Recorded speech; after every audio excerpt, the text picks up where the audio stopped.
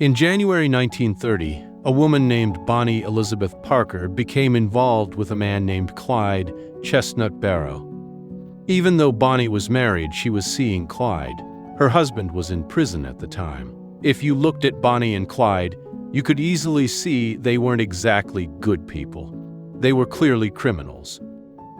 The main reason behind their criminal life was that they lived in the poor regions of America, and the Great Depression had made life extremely difficult for them.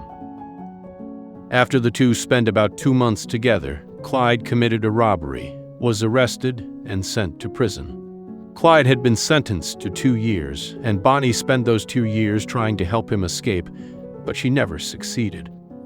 Eventually, in 1932, Clyde completed his sentence and was released, and the two reunited. Those 2 years in prison were like a university for Clyde, a university of crime. He learned all kinds of illegal tricks from the inmates, and when he got out, he used them. Bonnie, who was deeply in love with Clyde told her, "Listen carefully. I learned exactly how we can get rich in prison. Just do everything I tell you." The two formed a gang, and from the very first month, they began armed robberies of banks and shops. 2 months later, during one of their robberies, Bonnie was arrested. But because she had no previous criminal record and was a woman, she received a lighter punishment and served only 2 months in jail. In the first week after Bonnie was released, the two of them robbed a jewelry store and ended up killing the jeweler. However, the jeweler's wife escaped and gave the police a clear description of Clyde's face. From that moment, Clyde became a wanted man, and posters went up offering a reward for him, dead or alive. Months passed. A police officer discovered Clyde's location and went to arrest him to get the reward. But Clyde noticed him first and shot him dead. Killing had become normal for the two of them. They continued their robberies, and anyone who resisted ended up dead. They stole large amounts of money, so they decided to move to the town of Chapin in Missouri, living there under false identities. But even there, they were recognized. A few months later, police surrounded their house. Bonnie and Clyde had no intention of surrendering, so they started shooting and killed 2 officers before escaping. They escaped but left their suitcase behind.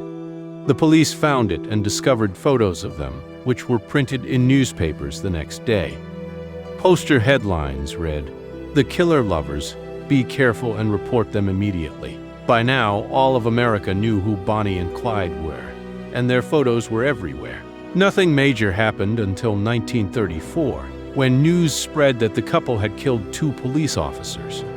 People realized they were in Texas, but Texas wasn't a good place for criminals like them.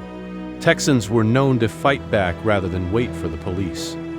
When Bonnie and Clyde realized the danger, they fled toward Louisiana.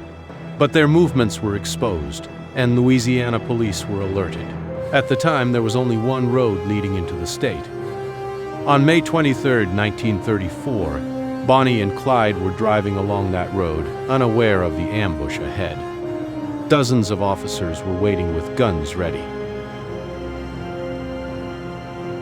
As their car approached, the officers opened fire, riddling the vehicle with bullets like a sieve.